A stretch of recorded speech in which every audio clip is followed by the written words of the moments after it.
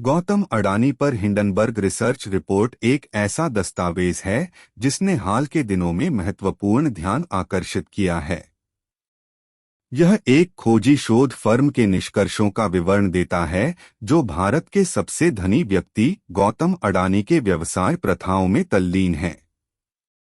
अडानी, जो अडानी समूह के संस्थापक और अध्यक्ष हैं, भारत में एक प्रसिद्ध व्यवसायी हैं और बंदरगाहों, रसद, कृषि व्यवसाय और अन्य सहित विभिन्न क्षेत्रों में उनकी भागीदारी के लिए जाने जाते हैं।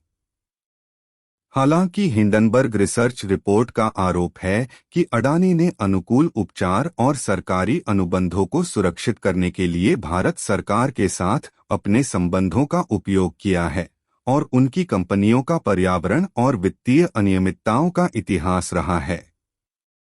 रिपोर्ट में यह भी दावा किया गया है कि अडानी समूह ने अपने मुनाफे और संपत्ति को बढ़ा-चढ़ाकर पेश किया है और इसकी कंपनियां इनसाइडर ट्रेडिंग और अन्य अनैतिक प्रथाओं में शामिल हैं।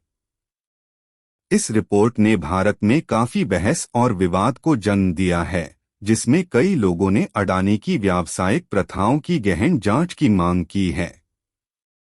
कुछ ने पक्षपाती होने और अपने दावों का समर्थन करने के लिए पर्याप्त सबूत उपलब्ध नहीं कराने के लिए रिपोर्ट की आलोचना भी की है।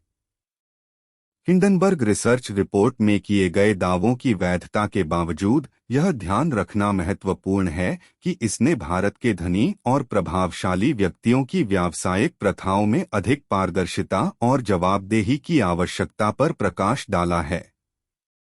अंत में, गौतम अडानी पर हिंडनबर्ग रिसर्च रिपोर्ट एक ऐसा दस्तावेज है जिसने हाल के दिनों में बहुत ध्यान आकर्षित किया है और भारतीय व्यापार में नैतिकता और उत्तरदायित्व के बारे में एक बहुत जरूरी बातचीत की शुरुआत की है।